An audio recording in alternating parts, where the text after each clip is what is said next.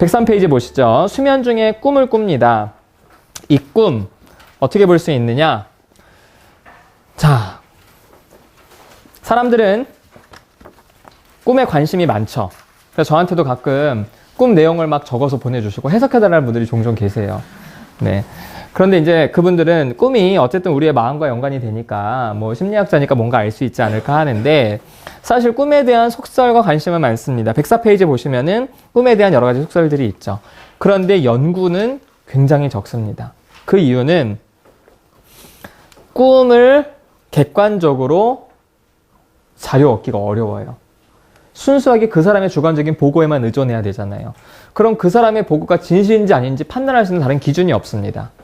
그리고 꿈은요, 여러분이 깨어난 다음에 바로 적지 않으면 꿈은 왜곡이 굉장히 많습니다. 망각도 많고요.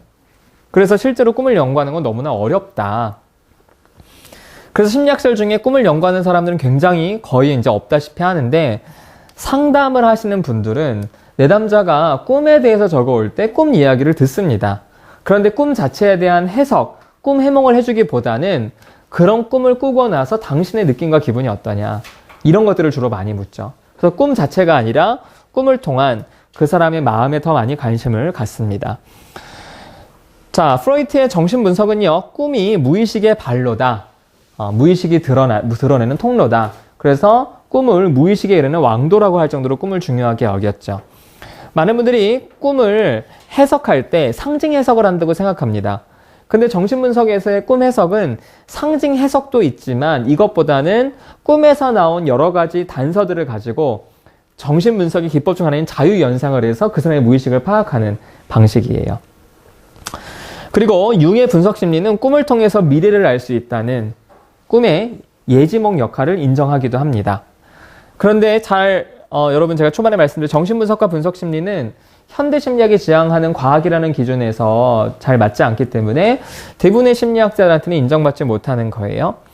좀 과학적으로 생각해 봤을 때 아까 말씀드렸듯이 꿈은 우리의 뇌가 하루 종일 얻은 정보를 처리하는 렘수면을 겪게 되는데 그 렘수면 때 꿈을 꾸잖아요. 그래서 이것은 아마 우리가 하루 종일 얻은 정보들을 처리하는 과정에서 나오는 그런 부산물이다.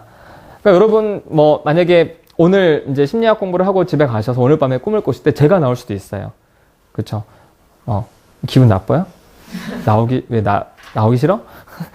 그래서 이제 그 동영상 같은 거 이렇게 많이 보시는 분들은 그런 얘기해요. 선생님 꿈에 선생님 나왔다고 이렇게 얘기를 하는 분이 계세요. 그거는 여러분이 계속 동영상을 보거나 이제 공부를 하면서 저를 봤던 그런 이미지가 처리되면서 나온 부산물이기 때문에 그렇다.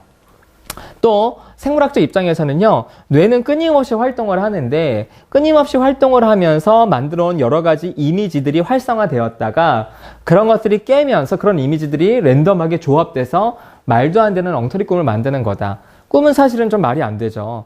갑자기 내 꿈에 내가 잘 보지도 않았던 사람이 나와서 같이 길을 가다가 옆에 보니까 갑자기 아빠로 바뀌어 있고 갑자기 그 사람이랑 축구를 하다가 어느 순간 보니까 축구장에서 막 밥 먹고 이런 말되는 꿈들이 생기는 거는 우리의 뇌가 무작위적으로 활동을 했다가 그런 이미지들을 합치는 거다라고 이야기를 합니다. 자, 영상 하나 보실게요.